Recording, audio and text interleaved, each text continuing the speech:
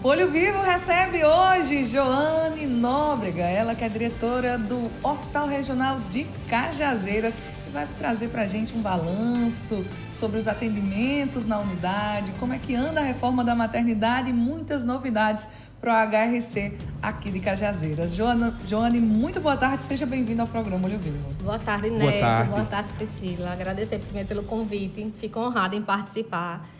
Cajazeiras tem uma cultura muito forte ainda de comunicação e ao saldo dos outros jornalistas também, radialistas, em nome de vocês dois. E estou aqui para prestar também à sociedade, me apresentar, porque eu não participei ainda. É a primeira entrevista. É a primeira entrevista, mas eu acho muito necessário estreitar esse vínculo, né, essa comunicação, até porque também a gente, como servidora pública, a gente tem um papel também de estar perto da sociedade, eles nos reconhecerem também, para trazer algumas demandas. Com certeza. Para atualizar, né, a primeira pergunta, claro, a gente tem vários questionamentos, mas é importante que Joane possa se apresentar. Recentemente era diretora da UPA, mas já há toda uma trajetória aí na saúde do Estado. Eu comecei em 2019 a trilhar pelo SUS e eu falo isso com muito orgulho. Eu sou uma militante, né, do SUS mesmo, como também sou antimanicomial. Hoje é em maio, 18 de maio, a gente comemora a luta antimanicomial, né? E, assim, pensar a saúde como um contexto maior. E tem algo que brilha meus olhos, é quando a gente consegue favorecer alguém, né? Nem favorecer, mas viabilizar o direito do usuário, né? Eu sou assistente social por formação, me formei na Unifip, em Patos, fiz residência de saúde coletiva pela ESP. A parte pedagógica era aqui em Cajazeiras, na Santa Maria, por isso que eu já me sinto cajazeirada. Também fiz atenção primária à saúde, trilhei no município de São Bentinho, também em Santa Luzia. Também trabalhei em Catolé do Rochas, nas gerências de saúde. Passei um tempinho ali em São Bento, também alguns pequenos momentos, 45 dias. E aí a gente vai trilhando outras coisas, né? Fui apoio institucional da SES, né, em Princesa Isabel. Inclusive, eu estava lá quando eu vim para a UPA. Fiz docência do ensino superior aqui em Cajazeiras, pela UFCG. Eu acho que sempre tinha alguma coisa que me trazia para Cajazeiras. Sempre esteve na sua E eu fico muito honrada, porque eu fui muito bem recebida pela cidade. A UPA foi minha primeira gestão. Eu gosto de dizer que eu fui formada líder ali na UPA, com os profissionais, que me receberam muito bem e me colocaram, assim, me deram a confiança de gerir aquele espaço. Com muito afeto, com muito vínculo. Eu saí da UPA muito assim, como é que eu posso dizer, emocionada do trabalho que fiz lá, dos vínculos que eu conheci, levo até hoje as amizades. Mas, assim, eu sempre pensei, foi lá que me formou como líder, né? E, assim, a experiência dos profissionais que estão na ponta, na assistência. E eu sempre ficava me perguntando, será que eu dou conta quando eu for pro regional?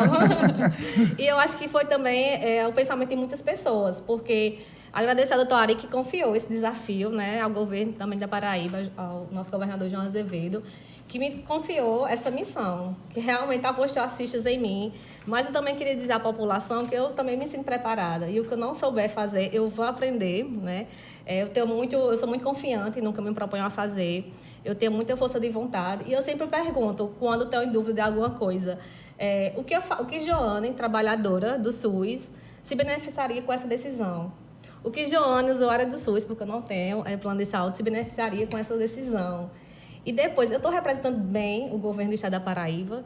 Se a minha resposta fosse para as três, eu vou com muita confiança, né? E isso me facilitou. E logo que também é muito fácil trabalhar para o estado da Paraíba, porque eles seguem a linha do governo federal, né? Então, a gente está pensando em mais eficiência nos serviços de saúde. Não é só atender, não é só ter o profissional ali, mas atender com humanização, com eficácia, que valorize aquele paciente como um todo.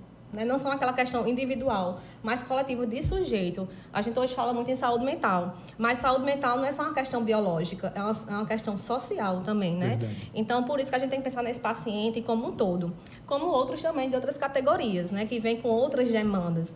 Mas a gente tem que pensar que tem que viabilizar um atendimento antirracista, né, que promova também as questões com o nome social, com a equidade de gênero, e saber que pessoas pretas têm determinação diferente em alguns cuidados. Então, a gente tem que pensar nessa política de forma muito abrangente para que o Hospital Regional de Cajazeiras consiga andar, né? Dessa forma, caminhar com mais qualidade, que já mas a gente sempre tem que aperfeiçoar. Então, eu estou pensando muito nessa assistência, né? Nessa assistência mais humanizada, de qualificação e aí, também de ampliação. Com certeza.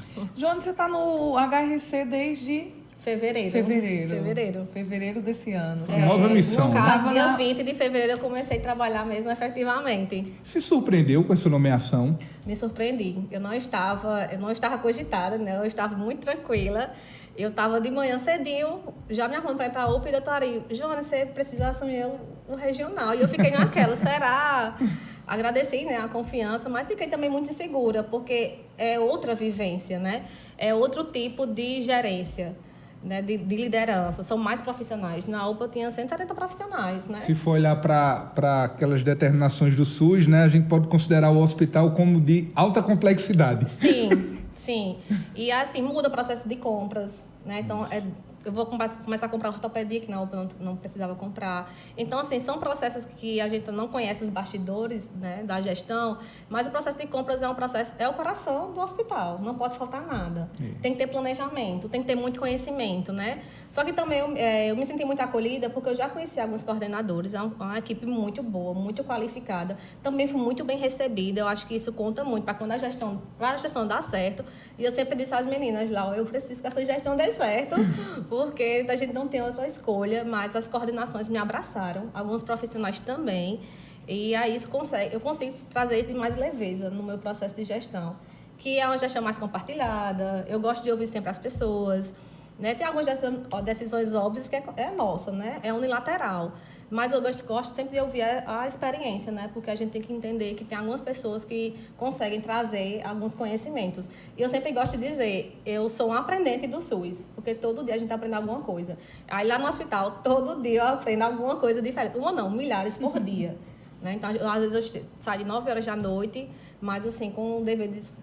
Estou conseguindo e isso é muito gratificante. Você na UPA geria 170 profissionais. No HRC você tem quantos? Em torno de 900. 900. Então, é um pulo muito grande, né? São 900 profissionais que você está ali na direção, né? Mas é um trabalho que não é feito só por Joane, né? É um trabalho feito pela equipe, pelos profissionais, os coordenadores que fazem parte, como você falou. Esse trabalho compartilhado é o que faz o HRC funcionar. Isso. Você sente que dentro do HRC está tendo essa comunicação, essa liga coletiva?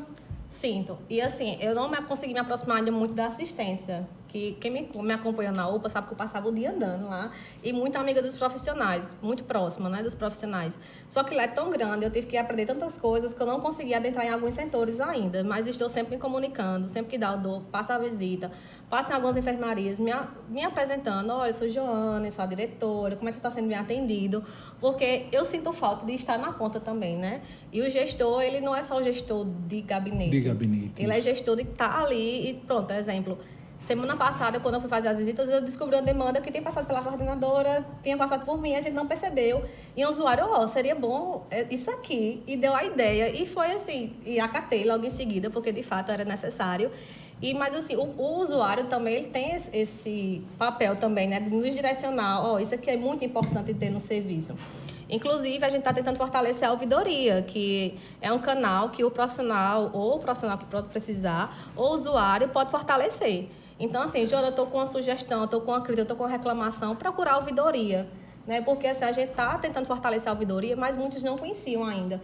E sempre que na minha oportunidade eu passo, apresento a ouvidoria, digo onde fica, as meninas da ouvidoria também passam, né? Estão começando a fazer esse trabalho, para falar também sobre esse direito que o usuário tem, né? Joane, quando a gente olha, por exemplo, para a sua trajetória, a gente vê que é uma indicação para um cargo tão importante com crivo único e exclusivamente técnico, não é uma indicação política. Nada contra a indicação política, mas a gente pode fazer essa avaliação, por exemplo, do Hospital Regional, que desde os últimos anos são indicações técnicas.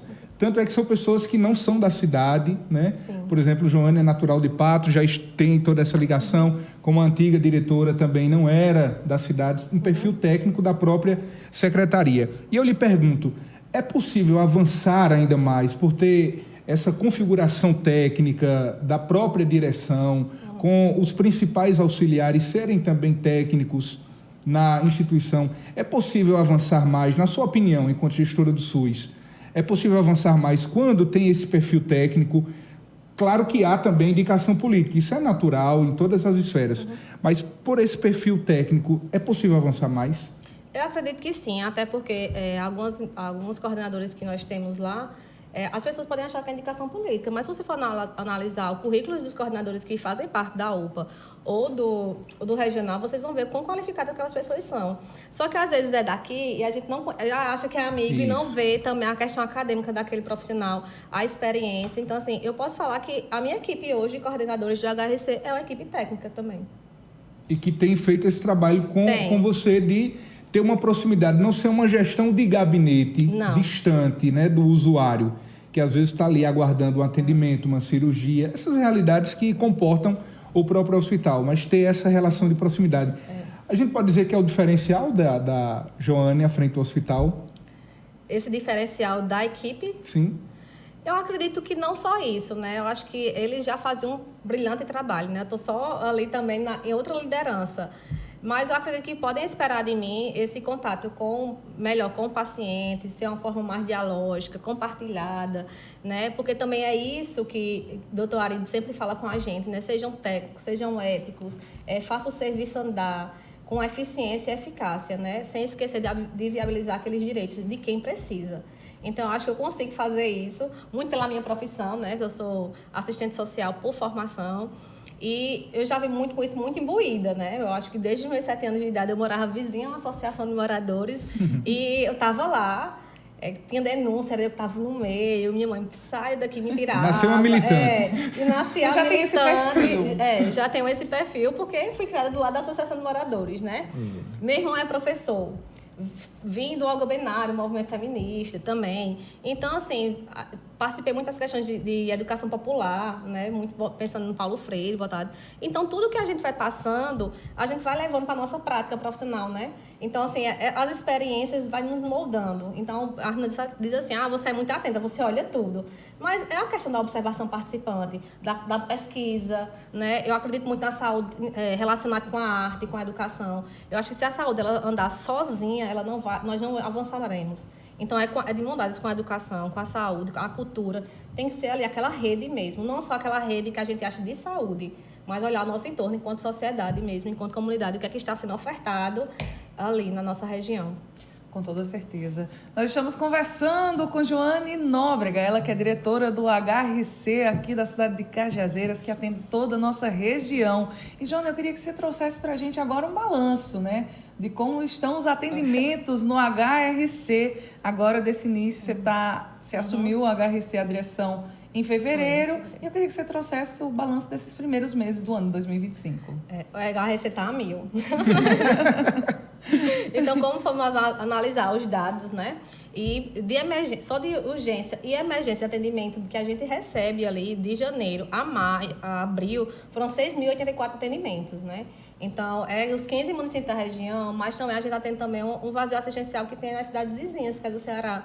Né? Então, assim, o HRC não é só dessa região. Recebemos pacientes de Conceição, de onde é necessário, que está mais próximo da nossa região de saúde, né? Nos atendimentos materno-infantil, que também o pessoal estava muito preocupado, período sazonal, de como que a gente poderia dar esse suporte, né? Porque nós não temos retaguarda de enfermarias, mas quem tem é o HUJB e a UPA tem 4 leitos que fica na observação até para internação, seguir para a internação, né? A nossa retaguarda, nós temos 5 leitos de UTI e PED, né? E aí aqui eu queria fortalecer a questão do trabalho muito profissional. Porque, por exemplo, esse final de semana nós estávamos com 5 crianças vítimas de bronquiolite entubadas e 3 foram extubadas. Graças a Né? Deus. E assim, é muito gratificante. E aí a questão do fisioterapeuta, o trabalho do fisioterapeuta, da enfermagem, da pediatria. Então a gente tem uma equipe completa para receber esses pacientes, né? Que advindos da UPA, advindos dos municípios vizinhos. Mudando para o procedimento cirúrgico, eu queria dizer que a gente tem 2 cirurgiões todos os dias no HRC. Nós temos cirurgiões todos os dias, 2 e 2 ortopedistas, né? Nosso carro-chefe é trauma, né? A maioria sofreu um acidente, lembra o quê? HRC. Sofreu um acidente, HRC. Teve até uma pauta recente, né? Sobre alguns acidentes de trânsito. E o HRC, só de cirurgia ortopédica, foram mais de 415 procedimentos, de janeiro a abril. Só de cirurgias ortopédicas. E 1.108 dos demais tipos de cirurgias, né? Do trato urinário. A gente também tem urologista na casa, cirurgião geral. Então, a gente sempre está com o nosso bloco cirúrgico rodando. Então, a gente tem 3 salas de bloco cirúrgico e também atende as cesáreas nesse bloco cirúrgico, né, quando é necessário. O pessoal sempre fala muito, o HRC é grande e tal, mas quando você está lá dentro e você vê a necessidade, já se torna pequeno para a gente. Só de internação, de janeiro a abril, a gente teve 2.098 internações. A nossa resolutividade é tão grande na HRC que dessas 2.098 internações, a gente só precisou transferir 336, né? Porque a gente resolveu tudo com eficiência e eficácia na HRC. E isso também é muito gratificante. Quando a gente vai pegar esses dados, quando eu entrei e fui ver o perfil da HRC, que também eu estava ali na UPA, mas eu não tinha essa dimensão tão profunda de como que era, né? Os atendimentos de HRC, e é de alta complexidade. Então, isso aí também é muito gratificante, a gente saber que a gente consegue resolver com nossos profissionais, né? E para isso falar, é transferido em uma medida de urgência. Urgência quando algo que nós não temos aqui, não há aqui, né? Ou que a gente não consegue fazer por causa de um profissional específico, né? Então, é esse número de transferência. Nesse número que eu falei de transferência, que a gente teve 336 transferências, também entra as questões das cesáreas. De cesáreas não, de gestantes. Porque, por exemplo, a gente está passando pela reforma da maternidade. Sim. Joana, diminuiu o leite, diminuiu a assistência? Não diminuiu. Não diminuiu a assistência. Então, a gente acoplou, né, dentro do hospital, organizou um espaço para prestar o mesmo atendimento que era na maternidade. Mas que é provisório, né? Que é provisório. Então, assim, a gente tem 14 leitos hoje lá. Então, a gente atende de 20 a 25 gestantes por dia, né? Então, assim, é algo que a gente está conseguindo avançar, mesmo com reforma, e que lá na frente, o pessoal pensou assim, vai perder atendimento. Não vai. E a gente tem esses 14 Ou vai prejudicar leitos, a qualidade do atendimento. Justamente. Aí, quando lota, a taxa de natalidade aumentou nos últimos 2 anos. Então, assim, não é só aqui que está lotada. As outras maternidades também estão. E quando a gente chega no limite de atendimento, a gente consegue pedir transferência. E a gente só transfere na necessidade mesmo. Aproveitando o gancho das transferências, eu queria que você explicasse para o pessoal de casa, né, como é que funciona em relação às transferências do HRC. A gente sabe que só é transferido quando não é possível resolver aqui na unidade. Mas aí como é que funciona a questão de para onde vai, qual é o paciente que vai para as outras unidades do nosso estado? Para falar um pouquinho de regulação, eu vou ter que fazer uma mini explanação da regionalização de saúde. A Paraíba tem 223 municípios, né? Desses 223 municípios, nós temos 16 regiões de saúde. Joana, o que é a região de saúde? São algumas regiões, são formadas regiões para melhorar o cuidado regionalizado. Então, por exemplo, nós somos a 9ª região de saúde. Essa 9ª região de saúde, ela se reúne com os gestores mensalmente, que se chama ACI, que é a Comissão Intergestores Regionais. Então, todos os gestores da região se reúnem para discutir os avanços da saúde na região. É mensal essa reunião. E a CI daqui é muito atuante.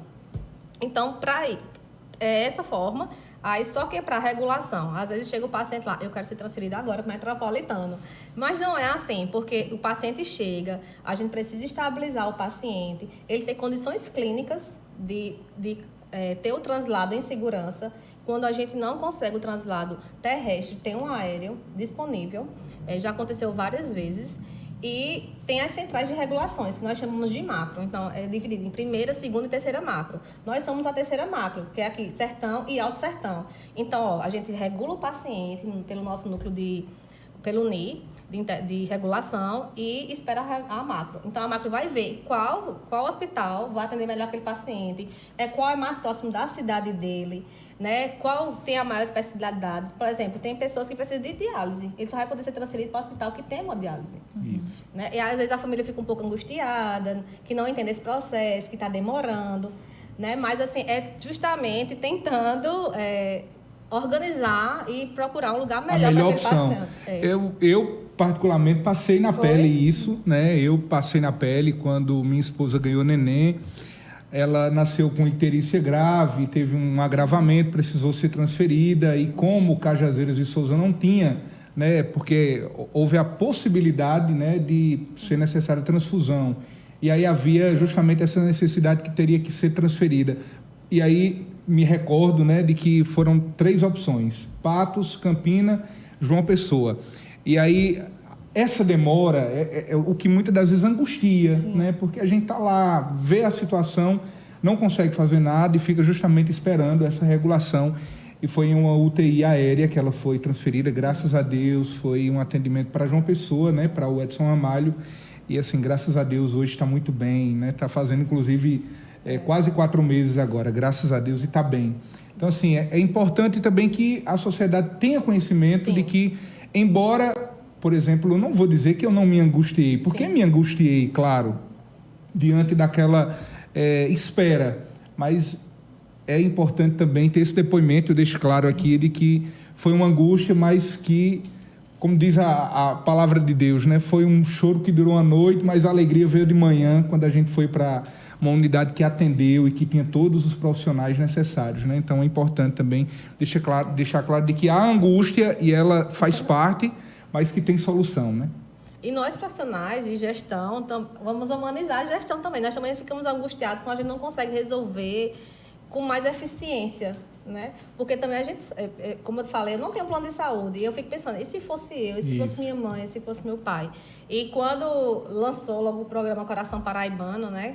Que veio a primeira aeronave buscar um paciente, eu me emocionei. Porque eu disse, nossa, eu já vi tanta gente sem acesso, né? E a gente vê esses avanços na saúde da Paraíba, que é Dona Maria, é seu José na ponta, que não conhece ninguém influente, mas que aquele direito está sendo viabilizado.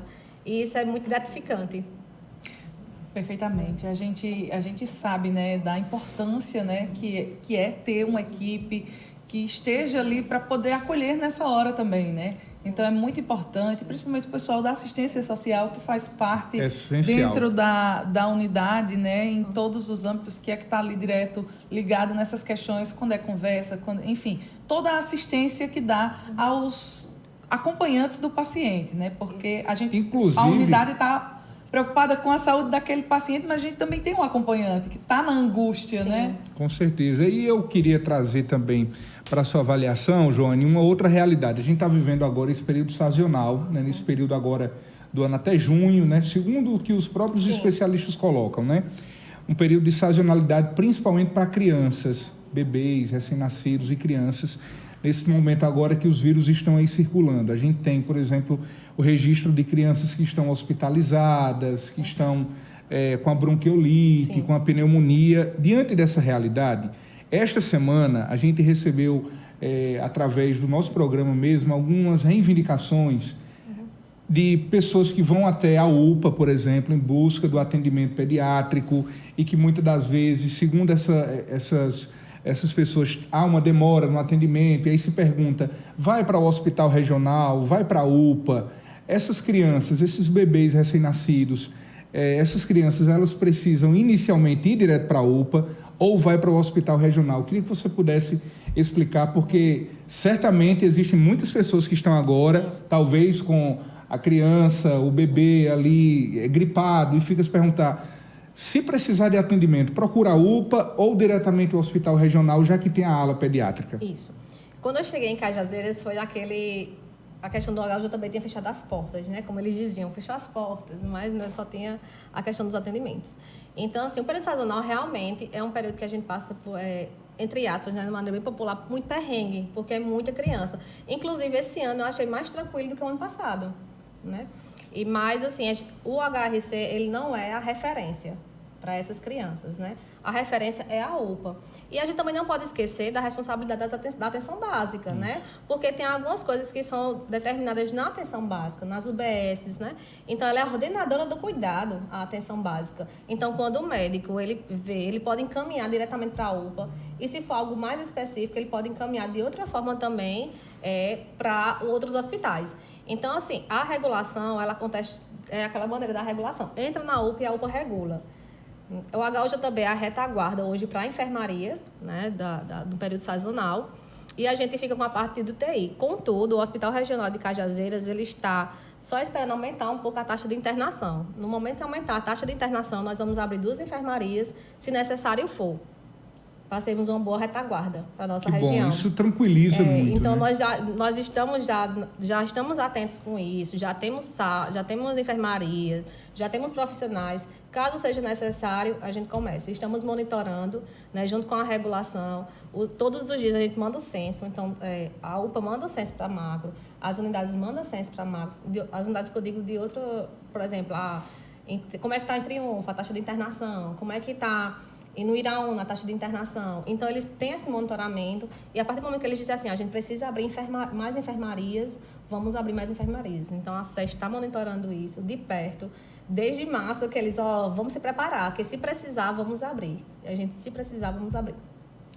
Isso é bom porque tranquiliza, né, as pessoas diante do possível aumento, né? Claro que agora a gente tem crianças que estão internadas. E eu conversava, inclusive, com a pediatra a doutora Emanuele Cariri, que ela fazia justamente esse alerta, né, dos cuidados necessários, porque esse período do ano é o período sazonal. A gente recebeu aqui no programa a própria presidente da Sociedade Paraibana de Pediatria, né, que esteve também fazendo esse alerta tão necessário. E saber que o hospital, a secretaria, está atenta, né, acompanhando esse monitoramento, essa possível evolução, né, que a gente viu no período da pandemia, que a curva ela era essencial. Se a curva estava subindo ou descendo, se ela estava subindo era motivo de preocupação, se ela estava descendo, vamos manter os cuidados, está dando certo. Então é importante... E maio é o mês mais crítico, porque nós em 2023 chegamos a 8 mil atendimentos na UPA. Nós chegamos na época isso de crianças? De crianças, mensal, né? Então a gente tinha o atendimento diário, tinha de que nós batemos 294 atendimentos diários, né? A gente com 4 médicos. Então, é cansativo para a equipe também, né? Mas conseguimos passar, isso foi em 2023. 2024 já teve uma diminuição, então caiu de 7, 6, mas maio é o mês mais preocupante. Então, fica o alerta, né? O alerta para reforçar... Para manter os cuidados. Os cuidados, né? Em relação a crianças e também idosos, né? Sim. Mas principalmente as crianças recém-nascidas. E, mais uma vez, reiterar aqui dos cuidados em relação a visitas, né? Muita gente gosta de visitar bebês recém-nascidos. Espera passar esse período sazonal, tá certo? Não é besteira, minha gente. É questão de saúde. Não é frescura, como as pessoas dizem, né? Diz que a mãe é fresca, que não quer receber ninguém. Continue sendo fresca, tá? Continue fazendo essas besteiras, entre muitas aspas, para manter a saúde do seu bebê. Estamos conversando com a diretora do Hospital Regional de Cajazeiras, Joane Nóbrega, que está aqui hoje no programa Olho Vivo, trazendo esse balanço sobre os atendimentos, os avanços, as novidades no HRC. E agora eu queria conversar com você, Joane, queria que você trouxesse para a gente em relação à maternidade, né? Nós estamos com a maternidade em reforma e ampliação. Eu queria que você trouxesse para a gente como está. Tá todo vapor. Todos os dias eu olho pela janela da minha sala, dá acesso, né, à imagem. Ao canteiro de obras. Ao canteiro de obras, né? Então, a gente está com a previsão para, acho que em junho já vai ter mais de 80 homens trabalhando na obra, né? E ressaltar que é uma obra de 22 milhões, aproximadamente 22 milhões. Né? É uma nova maternidade, não foi aproveitada, é uma nova maternidade, ela foi demolida. Foi demolida, né? Completamente. Foi demolida. E assim, com ela vai vir outros avanços, né? A gente vai conseguir ampliar. Hoje nós temos 3 centros cirúrgicos, por exemplo, 3 salas no centro cirúrgico. A gente vai para 6, né, salas. Hoje, mesmo com a maternidade em reforma, a gente já conseguiu ampliar alguns serviços. A gente tem um pré-natal de alto risco, que o HUJ também tem, mas o HRC também tem, né? A maternidade também tem. E esse pré-natal de alto risco, ele já atendeu 505 consultas de janeiro a abril. Né? Então, é um número alto.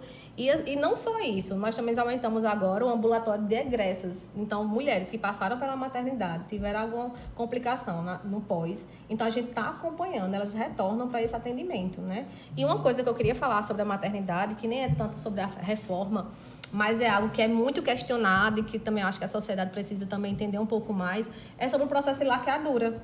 Né? Porque muitas pessoas procuram a gente. Tem como fazer uma laqueadura? Não tem, porque assim, de forma aleatória, né? Justamente. Então, quando você está gestante e você faz seu pré-natal, tem a lei, a 14.433 de 2022, que ela exige que você tem que ter 60 dias, né? para manifestar essa vontade. Então, se você chegar no HRC hoje e dizer assim, eu quero fazer a lacadura na hora do parto, não, a gente não pode. Porque também o médico pode passar por um processo administrativo em relação àquilo, né? Porque tem um prazo. A lei, ela dá um prazo para você repensar, refletir sobre aquilo. Ela quer que você tenha um acompanhamento psicológico, porque então não é fácil tomar essa decisão também. Então, trouxe alguns avanços à lei, também nos resguarda enquanto profissional. Uma questão humana, né? Uma questão humana de decisão pessoal, né? De decisão pessoal, mas que também tem aquele espaço. Não foi uma decisão imediatista, Isso. né? Então, a lei, quando ela veio em 2022, ela já fez algumas alterações. Você só poderia fazer a lacadura acima de 25 anos. Não é mais 25, a partir de 21, salvo engano.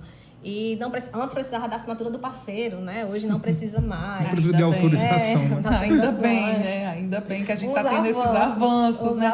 Há poucos passos, mas estamos tendo, né? Principalmente em relação à mulher, né? Que gere, né? Que enfim.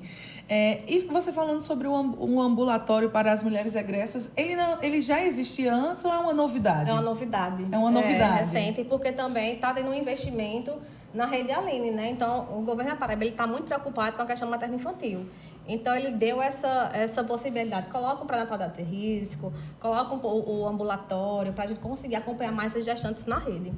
Joane, me permita um questionamento. Atualmente, a maternidade, ela é gerida pelo próprio hospital regional? Pelo próprio hospital regional. Pelo próprio regional. Porque eu me recordo que havia uma separação, né? Havia uma gestão específica da maternidade e a gestão do hospital regional. Hoje tem a coordenadora, né? A coordenadora Daiane, muito, muito boa, muito qualificada, mas ela é gerida pelo hospital. Joane, a gente falando da maternidade, você falava justamente desse atendimento hoje que acontece no próprio hospital regional, um ambiente que foi preparado ali de forma provisória, né? Não é, claro, aquilo que havia antes da maternidade, mas é um ambiente provisório. Atende hoje a demanda, as expectativas das mães. Por exemplo, uma gestante que tem a indicação ali da cesárea, ela acontece nesse ambiente improvisado ou no bloco cirúrgico que é utilizado pelo hospital? Não, no bloco cirúrgico, né? Os blocos cirúrgicos também foram adaptados. Construímos, né? Três novas salas, porque também o bloco cirúrgico está passando por reforma também, né? Então, de 3 vai para 6. A UTI também está passando por reforma. O bloco cirúrgico da antiga maternidade também não existe mais? Não, porque era colapado, era hospital maternidade. Sim. E aí ele está passando pela reforma também, a UTI, né? A gente tinha 6 leitos, vamos ter 10. Tinha 7, hoje tem 6, a gente tem que reduzir para caber no espaço. E vai ter 10, então tá a UTI, o bloco cirúrgico e a maternidade em reforma. Então vai ser realmente uma nova maternidade. Mas nós conseguimos atender sim, tanto que a gente tem atendido em média de 20 a 25 gestantes por dia. É um número expressivo da região toda, né? Da Lembrando, região toda. Inclusive do Cariri e do Ceará, né? E às vezes vem também de outras regiões, porque também a gente é referência. Porque às vezes são encaminhados, né, de outras cidades. E assim, recentemente a gente teve um parto de 3 gêmeos, sim, né, planejado, né? A mãe também confiou muito na equipe, sentiu, eu quero ter o meu filho aqui. E foi tudo muito planejado, a organização da equipe, a gente muito ansioso também. Imagino. Estão todos bem. Que bom. Trigêmeos. Joane, que deve ter sido a coisa hoje mais a gente tem toda essa complexidade do hospital regional, né? E em relação aos profissionais de saúde hoje que atendem no hospital, além do clínico geral, por exemplo, que faz aquele atendimento, existem também outras especialidades e quais são? Nós temos reumatologista, cardiologista. É importante falar também que a gente tem clínicos médicos com especialização, né? Intensivista, agora nós estamos com um novo intensivista lá. Fazemos endoscopia também quando precisa, que já é um exame. Mas a gente tem várias especialidades e quando nós não temos na casa, a gente regula. Esses atendimentos com os especialistas, eles acontecem a partir de um encaminhamento do próprio, por exemplo, da UPA para o regional. Pode haver também um encaminhamento do município para o estado, no sentido de um município, paciente de determinado município. Um exemplo, o paciente da cidade de Bernardino Batista, ele precisa de um atendimento com cardiologista. O município não oferece. Um exemplo, não oferece. O município pode encaminhar para o hospital regional? Isso aí são consultas ambulatoriais, né? Sim. A gente dá um suporte na ortopedia, por exemplo. Algumas consultas a gente abre, mas tudo é regulado pelo sistema da SES. No caso, essa vaga ela é regulada pela... Tem um sistema. A gente trabalha com 2 sistemas, tanto para cirurgias, que são as cirurgias eletivas, e para alguns tipos de consulta ambulatorial e de exames de imagem. Por exemplo, se você tem um paciente que está, vamos supor, no Iraúna, e ele precisa de uma tomografia que o município não dispõe, geralmente o município resolve.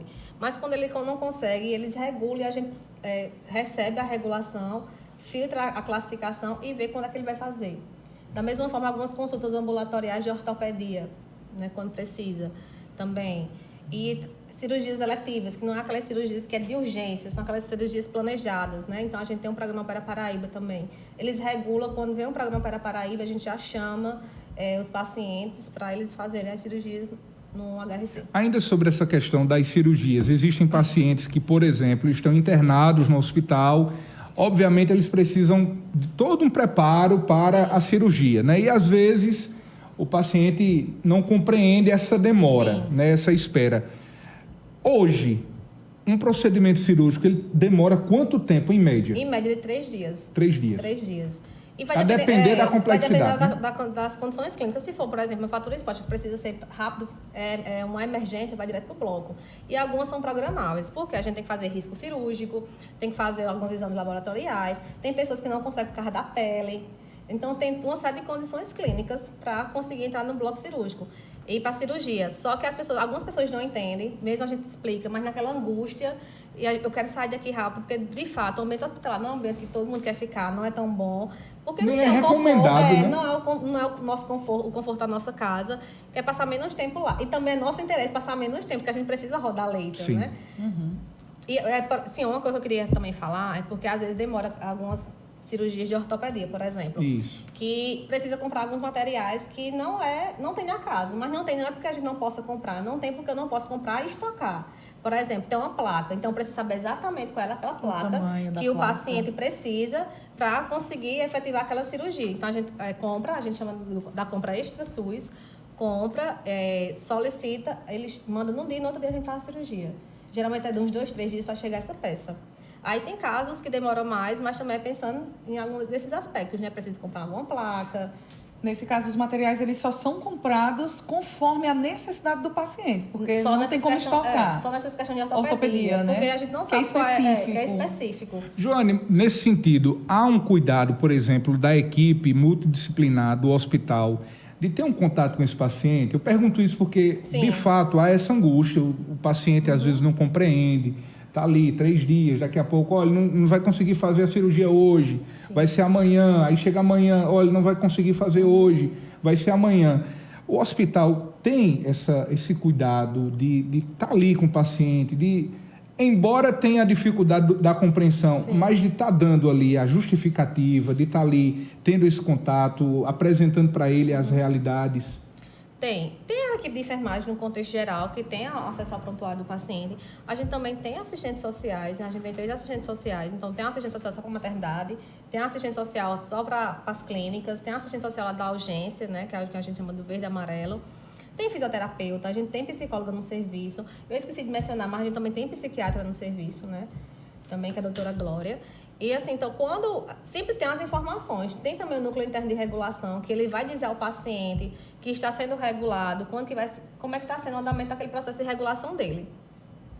Registrar aqui, Priscila, na entrevista, a gente recebeu várias mensagens, né? Muitas pessoas que estão nos acompanhando aqui, a gente quer agradecer pela audiência, né? A gente não consegue acompanhar todas, porque são vários. Tem o Heriberto está nos acompanhando, o Hugo da UPA, está na UPA agora nos acompanhando, a enfermeiro está lá na UPA, Hugo, a Kelly Maciel também está lhe parabenizando pela entrevista, né? A Kelly Maciel, são tantas pessoas aqui, né, nos acompanhando agora, e a gente quer agradecer em nome dessas que eu citei aqui, muitas outras, que a gente, em razão do tempo, a gente não consegue, né, registrar todos, e que você possa também agradecer a todo mundo que está acompanhando, alguns no hospital, outros na UPA, outros em casa também, né, de folga.